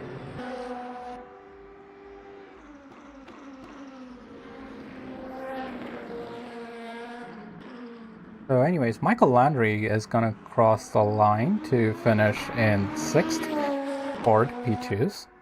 Abe Wozniak still in Arnage. But meanwhile, give it up for our GT3 leader and soon-to-be race winner. Willie Mangrum has really put the hammer down today, and despite the late charge from Dakota Botello, has managed to hold on, and Willie Mangrum is your GT3 winner for Season 3 Race 2. Congratulations to him.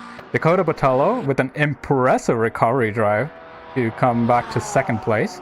Of course, will be ruining what could have been, having started from pole, but doing very well indeed. Guillermo Paré taking consecutive podiums in consecutive days. P3 for him. Grayson Head and Casey Jackman finishing 4th and 5th, doing the Mercedes proud. Oh, Casey Jackman smacking the wall. That's probably an indication of how he feels about his race, but I don't want to judge. Jesse Olsen coming home to finish 6th on an impressively calculated strat. 3% VE left. Ross McLean, speaking of VE, has got a stop-go 100 for running out of virtual energy. So he'll be dropping down the order. But also, looking at these cars, give it up to Dave Pacagnini in the Kodak Mercedes, finishing in P7. Very well done. And of course, right behind him, Parker Thomas. Oh, Ross McLean has RTG'd. Parker Thomas will take P8, P9 on the road, but after penalties will be P8. Impressive drive from him, 13 positions gained. Matty Canelli in 9th. Another great performance. Harrison Miller up to 10th from P20 on the grid. Javi Tellez finishing 11th from 16th, a 5-position gain. Ron Heslop finishing 12th from 22nd. Another great drive. Dustin Rand just about unable to catch him, but doing some impromptu donuts anyway. So seems happy with this race. Finishing 13th and getting a 4:03.3 fastest. Good on you, Dustin. Well done. Ariel Lugo Ortiz finishes 14th. Race to forget for the stop-go penalty he got. And also, but had some impressive battles right before the unfortunate crashes. Justin Fortuna, according to my display, got a stop-go penalty right at the end, probably ran out of VE as well. Richie Wood finishing in 15th. You know, behind him there's I think that's still Dustin Rand doing donuts in the gravel. That's really nice to see. Richie Wood finishes 15th. Ross McLean 16th. Justin Fortuna in 17th. Johnny Greathouse in 18th on his first race in Season 3. MT Garney in 19th, and took the checkered flag, which was pretty impressive considering the condition of that car after Indianapolis in lap 1. Our retirements today, Nick Johnson, JP, and David Carter, who DNF'd right at the start. I think got a stop-go penalty right on the first lap. So, well done to our podium place, our winners and our podium setters, and I will try and get them into the booth right now.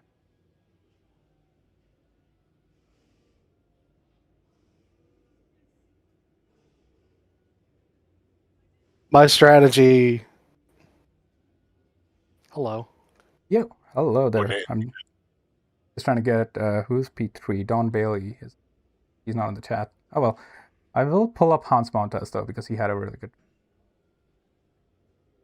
Alrighty, gentlemen, welcome to the post-race interviews. Very well done from all of you. And first, I guess we'll start off with you, Hans. Very well driven. Didn't really see many incidents in your race, apart from maybe a couple lapping GT3s. Yeah. But very well done, sir. Talk about your race. Yeah, thanks, man. Honestly, I had one small spin. I did a little 360 into the second chicane, but I was able to get back on track super quick. But that was my only mistake. That was my first stint, so I ended up having to actually change my tires after the first stint. I was gonna go double stint, then change tires. I ended up swapping it, doing one stint, change tire, and then the double stint the last. Yeah, good stuff. Getting a few hearts from the chat as well. We did have a few people rooting for you. Well done. And also, by the way, I have to confess, I love your livery. I didn't see it last week, but this time I'm first getting to see the little pizza P2. No, yeah.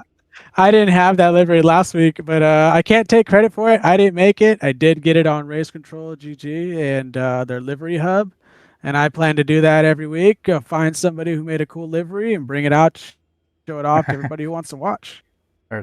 That's a nice way to make us aware of liveries. And well, let's then move on to P2 Ryan Balloon. Very nice drive, sir. After Portimao was a bit of a challenge, but it looks like you have managed to more than make up for it here at Le Mans. Yeah, no, it was a good race. Car was good all weekend. I decided to do the same strategy Hans did. First stint full push on tires, then change at the stop, and then take them to the end. That worked out. Had a lot of people in front of me make mistakes, but I managed to keep it on track. Got lucky with traffic. Main mistake was last pit stop. Forgot to change the fuel and ended up putting a full tank in. I think I might have been able to contest for the lead. Yeah. So talk us about, we had a lot of LMP2 struggling, especially through Porsche. So talk to us about how much of a difference those used tires make on that final stint when you're pushing. Oh, it's a huge difference. I mean, even just the pace difference I could see on the Delta was there, but as far as the grip, the rear tires just take a beating throughout the entire stint on every single exit. So, car's running low downforce, got no wing.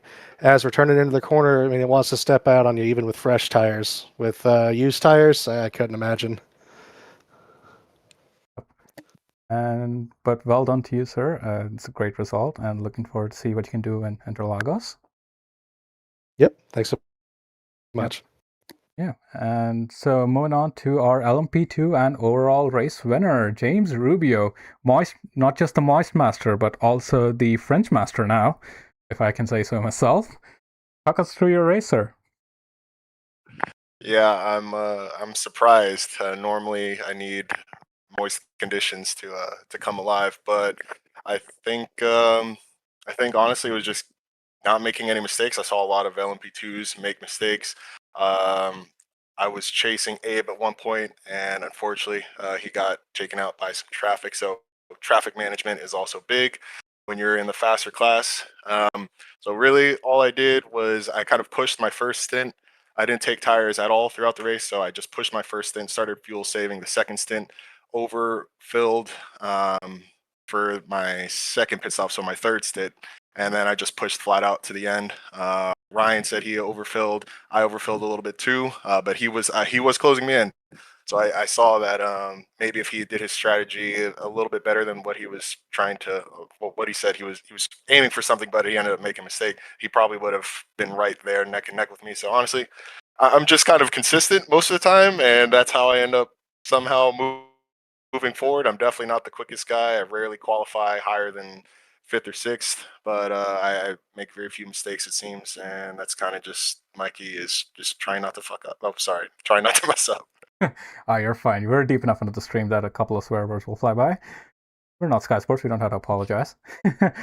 So, yeah, but well done, James. Consistency clearly, yeah, especially at a track like Le Mans, which is a test of both car and driver endurance. You did hold out very, very well. So congratulations to you, sir. Thank you, sir. All right, I let you guys go and go back to what is it, race? The voice chat. Yeah, thanks, man. Great stream. Yeah, thank you. Great performance, great race, guys. Glad to be here. Just glad to be here. All right, that was our LMP2 podium. Well, we did not manage to get Donovan Bailey. He's already left the chat, but we did manage to get in Hans Montes as our, because he is on the podium in our hearts. Now let's go and get the GT3 podium. That's one of three. I don't think Dakota can make it. So we'll get Guillermo. And who else do I want to? Oh, let's get you and Parker. Gentlemen, welcome to the GT3 post-race interview. Of course, Willie and Guillermo on the podium. Very well done to you guys. And to you, Parker, congratulations on capitalizing from what was definitely a suboptimal qualifying. 13 positions gained in your race. Talk us through it, man. How did you do that? So when I first came out on track, I knew it was going to be a recovery drive. I definitely had a little bit of an incident with Donald or with Donnie, so kind of self-report on that. But afterwards, I just put my head down and really just tried to grind out the laps. I was kind of banking on what was going to happen on the second pit stop, like whether or not I should go a lap early. Maybe I should have, but yeah, it was a good race overall. Of course, that low fuel advantage does make it tantalizing to try and hang out that extra lap. But talk to us a little bit about management. So, with fuel, with traffic, what kind of challenges did you face? Like just trying to, when you say put your head down. Oh yeah, for sure. I think it's just trying to pay attention to where the P2s are and not lose a lot of time to them if I can. But also just trying to be really careful with the tires when I came through Porsche curves, because I knew that if I was going to make up any ground, it was going to be through not taking tires.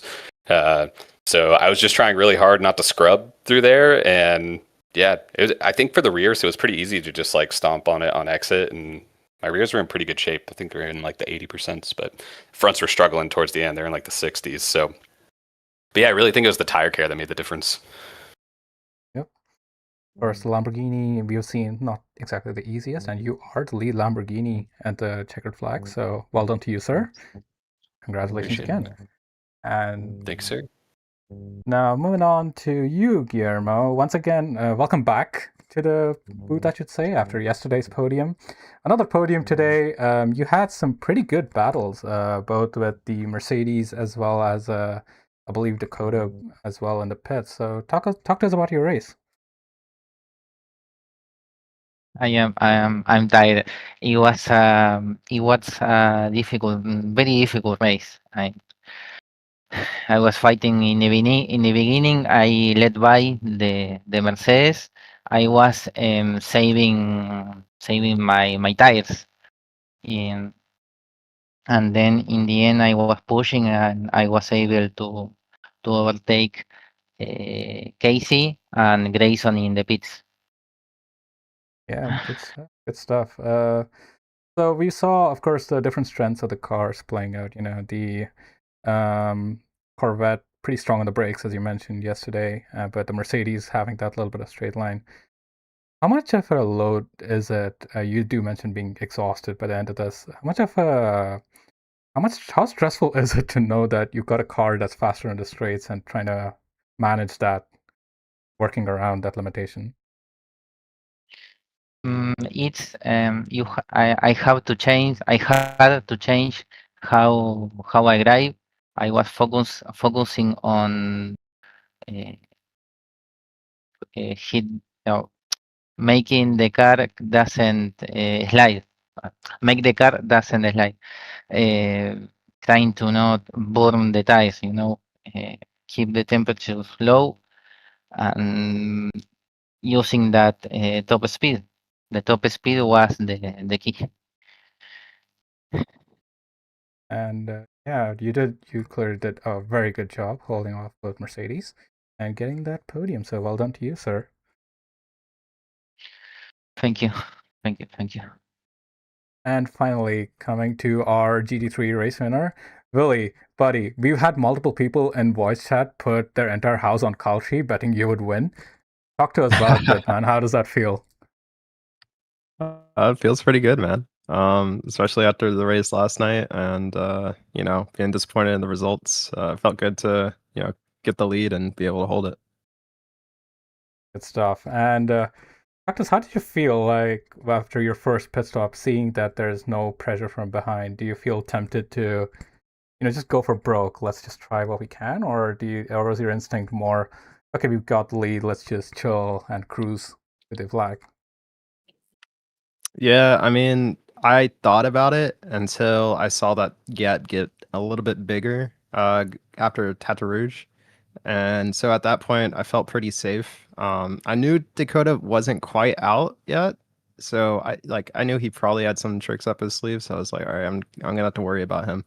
But then like at some point I saw I was like 12 seconds ahead and everything, so I was like, okay, I'm just gonna try to not scrub my tires because I don't want to change the tires.